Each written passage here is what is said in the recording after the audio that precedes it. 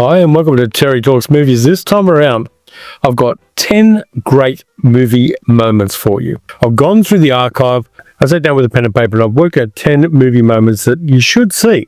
I was thinking about this for a while. There are movies I really love and I love the whole movies, but there are singular moments in a lot of these great films that transcend the quality of the movie itself in so many ways. It's an old theory about movies where a good movie has 3 good scenes in it. So all of these movies have at least 3 good scenes in them, but then they have one scene that sits way above the rest, and that's what I'm going to talk about. So I've got 10 films. They're all fairly well known, so it's not like I'm going to be doing any surprises here, but they're all movies that have superlative moments in them. So let's get started with a weird, unsuccessful musical from the late 1960s based on a stage musical from the late 1940s. It's Joshua Logan's Paint Your Wagon with Lee Marvin, Gene Seberg, and Clint Eastwood. All of whom sing, but the breakout song from that musical is Lee Marvin walking through No Name City in the rain, singing Wandrin Star. There's just something incredibly special about that. The gravelly, not quite singing voice of Lee Marvin, singing a song about being alone and preferring it that way, and his tendency towards being a hermit, which leads into a lot of the previous stuff we know about the character from the movie. Seen from a modern viewpoint, Ben Rumson, the character that Lee Marvin plays in Paint Your Wagon, is manic depressive. There are times when he is melancholy and he self-medicates with alcohol. And one of the things he does when he forms a partnership with Partner, the character played by Clint Eastwood, is he asks the partner looks after him when he's in a depressive mood, which is a really interesting bit of character work in a movie that's, for the most part, an upbeat, comical almost musical western. And in the core of it, you've got this character who has mental health issues and deals with them in a very 19th century kind of way. And I love that. And the song Wandrin Star is basically about that and about the way he manages his manic depression. The song became a big hit here in Australia and was played on the radio a lot. But that complexity of character that rolls into the song in the context of the movie really lifts it for me. I think it's something very special and I think it's underappreciated. And whether you like Paint Your Wagon or not, and a lot of people have problems with it, and that moment and that song transcend the rest of the movie in so many positive, and from our point of view in the third decade of the 21st century, very contemporary ways. The second one's from one of the great movies of the 1950s, bar none.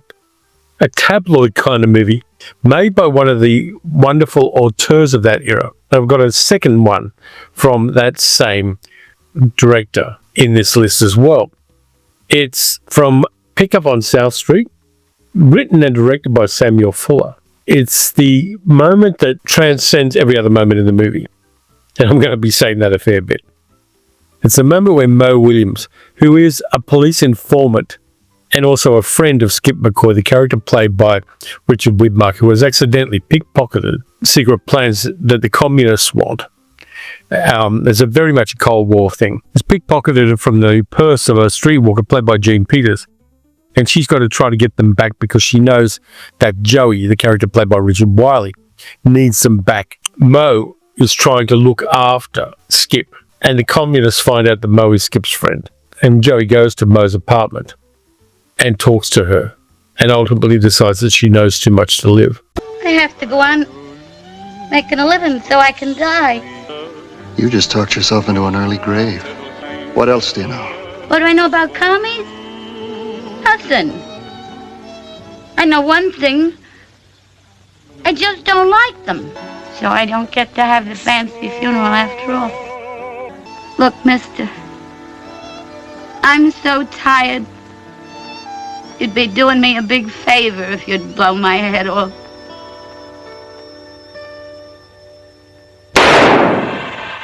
It's an incredible moment of cinema. Incredible acting moment by Thelma Ritter. She should have won an Oscar. I did a whole video about why Thelma Ritter should have won an Oscar. And her Mo, who's world weary and is obviously suffering from some kind of degenerative disease, talks to a man she knows is going to kill her, then confronts him, while a romantic old song plays on her gramophone next to her bed. It's incredible. Incredible piece of acting. An incredibly insightful piece of writing. And both Thelma Ritter and Richard Kiley play the roles perfectly. It's a chilling moment. It's a heartbreaking moment and it's a brilliant moment in cinema. If you haven't seen Pick Up on South Street, pause this video and watch it right now. It is a magnificent piece of cinema. I'm glad I've got this Blu-ray copy of it. It's got Blu-ray and DVD. Never a bad thing to have both. There's everything to love in this film. Every moment that Thelma Ritter's on the screen lifts the movie above the Cold War communist baiting melodrama it would be otherwise. Fantastic film.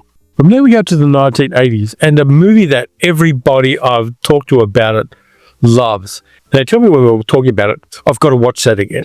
It's one of those I've got to watch that again movies.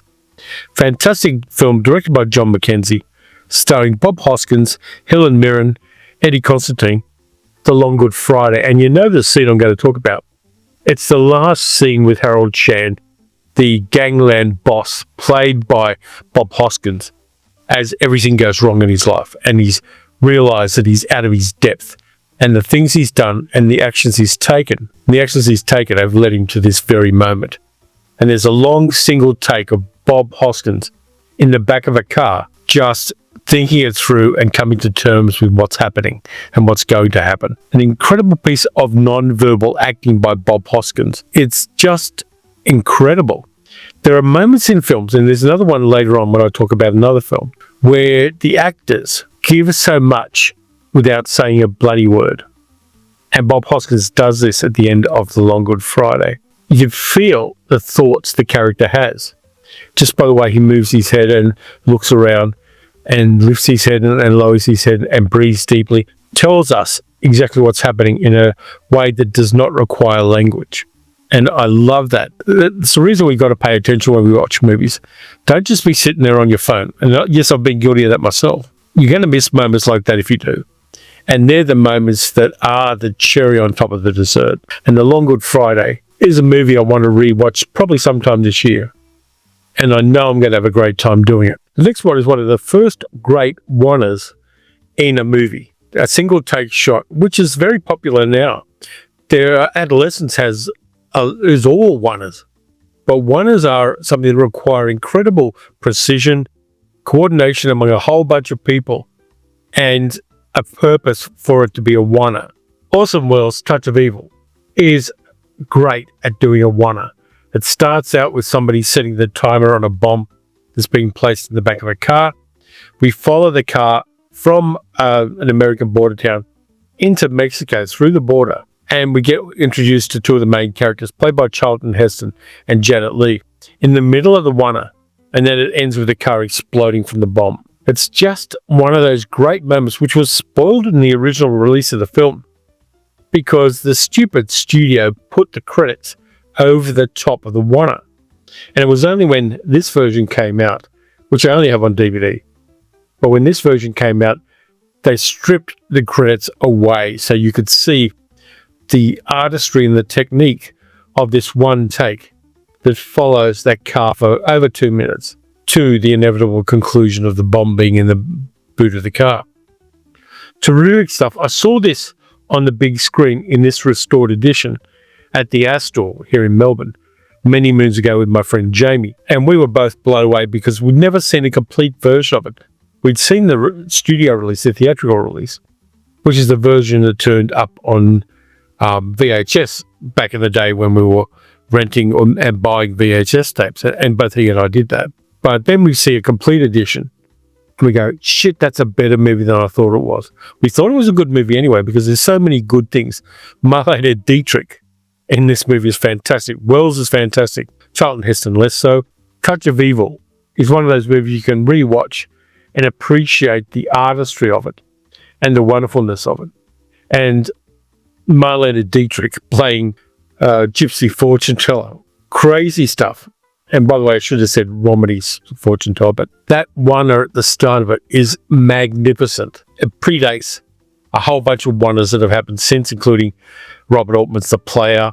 This is your goat. This is your original of the oneer. And I like them when they have a purpose. I think there are a few movies and TV series that have done them just as a stunt. But if the story determines that it's required and the story can be improved by a oneer, I'm always in favour of it.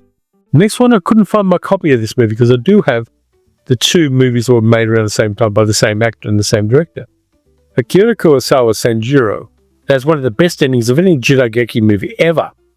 Fantastic sequence where Toshiro Mifune's samurai is confronting the bad guy, and the bad guy has his mates behind him, and they're both about to reach for their swords and go for it.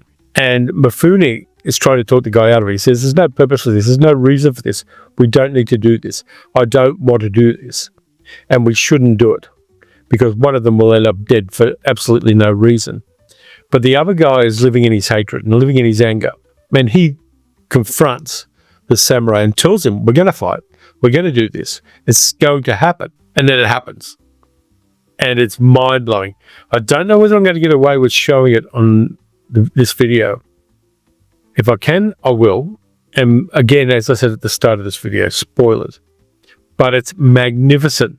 The tension builds up because they're having a moral discussion before the battle, before that moment of violence. And we get each of their viewpoints very, very clearly. And Mifune doesn't want to do this. He's completed what they need to do to win. And this other guy wants to do it more than he wants anything else, including his life. Terrific moment. I might just cut a bit after. I might just cut away from the violence. I won't actually show it in this video. I'll let you find that out yourself because it is incredible. It's marvelous. It's over the top and it's perfect. And you should see Sanjuro and also Yojimbo, the other one with the same character in it. Best of the best of Jidageki movies. You should watch them both and wait for that moment, and you'll see what I mean about it when you do. Next victim, and I've got this on 4K, and I'm very happy that I have. There are some movies that I hold in such high enough regard that having a 4K of them just enhances the ownership of them. Casablanca. And the scene that I find incredible in this movie doesn't, for most of it, include Humphrey Bogart. He does give a nod to start the thing, but it's all about Paul Henri and the ensemble of refugees in Rick's Cafe in Casablanca just waiting to get to America. And it's when the Germans start playing a German marching song and Victor Laszlo starts singing the Marseillaise and everybody in the audience joins in because they're all refugees waiting to go to America. And they all sing the Marseillaise with incredible passion because all of the actors you see in those scenes are people who are refugees who fled from the Nazis. And they fled to a place that in the 1940s was a refuge for refugees, for people who were fleeing oppression. And unfortunately, that's no longer the case. But that moment of showing the real fear, passion, and hope of European refugees who had fled the Nazis in the context of a wonderful romantic melodrama. It's lightning in a bottle. There's nothing quite like it in American cinema. It has the passion, it has the hope and the aspiration. It has the will of people who are fighting in whichever way they can against a seemingly implacable foe. And that scene in Casablanca is one of many good scenes in Casablanca, but it's the one that speaks to a moment in real human history and speaks to the guts that Warner Brothers had to show that scene and to make it a part of movie history. And so we can see the faces of the people who had to flee and who had to start their whole lives again in a new place. This edition, which has got 2 Samuel Fuller movies in it, and yes, another Samuel Fuller, I picked it up 21 years ago in Inverness at a Borders bookshop in Inverness in Scotland on my one peregrination across that particular island with Sal. And I won a bet, and the bet prize was to get 5 movies from Borders bookshop in Inverness when I won the bet. I'm going to do a video short that I'm only going to put up for Patreon supporters telling you what the bet was. Shock Corridor. Samuel Fuller Shock Corridor. It's in a double set with The Naked Kiss. Another incredible Samuel Fuller movie with a fantastic scene right at the start. But the scene in Shock Corridor, starring Peter Breck, and featuring Harry Rose as a man of color in the mental hospital where Peter Breck's journalist character is going undercover to investigate is incredible.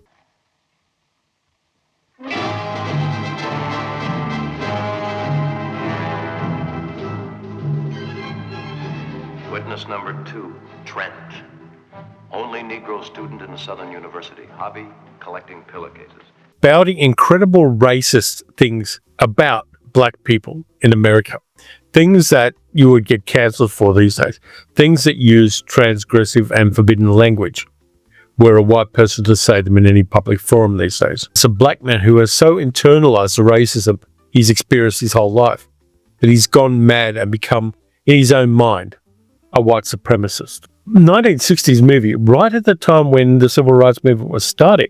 And Sam Fuller lands that truth bomb on us in the context of this melodrama about mental health. Mind-blowingly good. Mind-blowingly confronting and transgressive. It's just incredible and bold and right. When I first saw this, it blew me away. I saw it late night TV back in the previous century. And when I first saw it, there were so many scenes like this and so many scenes with other characters who have been broken by the brokenness of post-war America. It's one of those movies where you watch it and then you sit back and just digest it for a while and digest what it's saying and how it's saying it and how gutsy it was to say it in the 1960s. But Shock Corridor, marvelous movie. I totally love it. I think that everybody should see it, along with The Naked Kiss. I may want to do a full review of both of them in the future. I think that might be a useful way of doing a double feature on the channel in the future. Let me know if you think so. Next up, everybody likes a good heist movie. If you don't, what's wrong with you? Jules Dassin's Rififi, the heist itself, where the gang breaks into a jeweler's from the apartment above the jewelry shop. And it's all done, not in a single take, but it's all done without dialogue. The guys know what they're doing. They know how they're doing it. They break into the jewelry store on the quiet because, the cops are walking around the streets. The gendarmes are there. They don't want to make too much noise. They don't want to set off any alarms. And so they do this fantastic, I think it's about 22 minutes of breaking into a jewelry store. And the rest of the film is fantastic too. I love every bit of the film, but that bit is just so good. And Jules Dassin, the director, an expatriate American director who fled the blacklists in the early 1950s, does a fantastic job. And the actors are all on point. It's cut well, it's directed well, it's shot well. The heist in Rififi is chef's kiss wonderful. Harry Lime's reveal in The Third Man, another awesome Wells movie. But this one very much features Wells as Harry Lime, the black marketeer in post-war Vienna, whose friend Holly Martins comes to visit him and finds out that he's dead, but he ain't dead, and finds out that as a black marketer, Harry Lime has been doing some incredibly horrible things, and he has shown the results of those horrible things. And then he finds that somebody's following him, and he confronts that person on the nighttime streets of Vienna. Because he's shouting, somebody in an upstairs apartment turns on a light which spotlights Harry Lime standing in a doorway. And the looks on Oswald's face where he's amused and slightly apologetic. Again, another moment that's done without dialogue by Wells. Just lands perfectly. Directed by Carol Reed, of course. And the use of light and shadow in this is, again, chef's kiss wonderful. As much as I love so much of this, including the cuckoo clock scene in the Ferris wheel, that moment is incredibly well done and incredible. There are times when I want to find ways that modern movies can give us scenes with that kind of an impact. Some do. There's some incredible scenes in modern films. And I'm not going to be one of those people who disses modern films and says they're not as good as they used to be. They're different, but they're just as good when the creative people are allowed to let them be good. Last one, and we'll go on an up note, and I'll give you a little bit extra on this one as well. The Nicholas brothers with Cab Calloway doing their incredible stare dance in Stormy Weather. There's so much I love in Stormy Weather, but that stare dance with the Nicholas brothers is incredible. Incredible precision, incredible artistry, incredible athleticism. It's just marvelous. There are colorized versions of it as well as black and white ones on YouTube that you can check out. But Fayard and Harold were god tier dancers. They did another incredible dance sequence as well in a 1942 movie called Orchestra Wives, where they sang and danced a version of I've Got a Gal in Kalamazoo, which I recommend you check out as well. I found it while I was investigating for this video. Both of those, Orchestra Wives and Stormy Weather, have incredible dance sequences by Fayard and Harold Nicholas. And they are incredible. They're rewatchable as hell. They're awe-inspiring. And you kind of wish you had started dancing yourself when you're 3 years old. Maybe some of you did.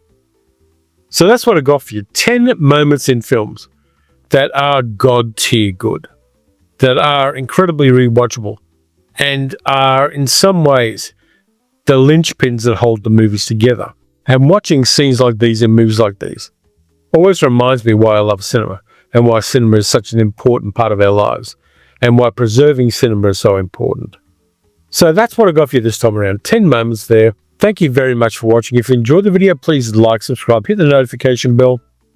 You can also leave a comment and tell me what you think of these 10 and which other movies, moments you would add to this list, because I've thought of another 10 while I was preparing this list, and I may well do them for a future video. I thought I'd make this one a little bit diverse, but I may do 10 moments in the 21st century movies, because that might be useful as well. So you can also support the channel by becoming a channel member, by donating through YouTube, or by becoming a patron at patreon.com/TerryTalksMovies. Next up, we've got Science Fiction Saturday, and I've got a couple of things on the shelves there that I'm just looking at that I want to do for that particular video. And then we roll into Monday, Wednesday, and Science Fiction Saturday again. I had some comments from a couple of people that times are tough and that my videos are a comfort to them and a distraction from the things that are troubling them in our unusual age. I'm going to keep doing them. I appreciate that I am helping, and I feel honored that I can. So keep that in mind over the next week or two. Go back and watch some of my old videos. Maybe they will help as well. But I am keenly aware that people I consider supporters of the channel, people I consider part of this community, are doing it tough at the moment. Look after yourselves. I can't fix everything, but I can at least offer something a little bit distracting and a little bit amusing and a little bit other than those problems for you. So until next time, when I've got more movies, in this case science fiction, watch some good movies, watch some bad movies. Watch some movies with killer moments in them. Not necessarily killers, but killer moments. And I'll catch you next time.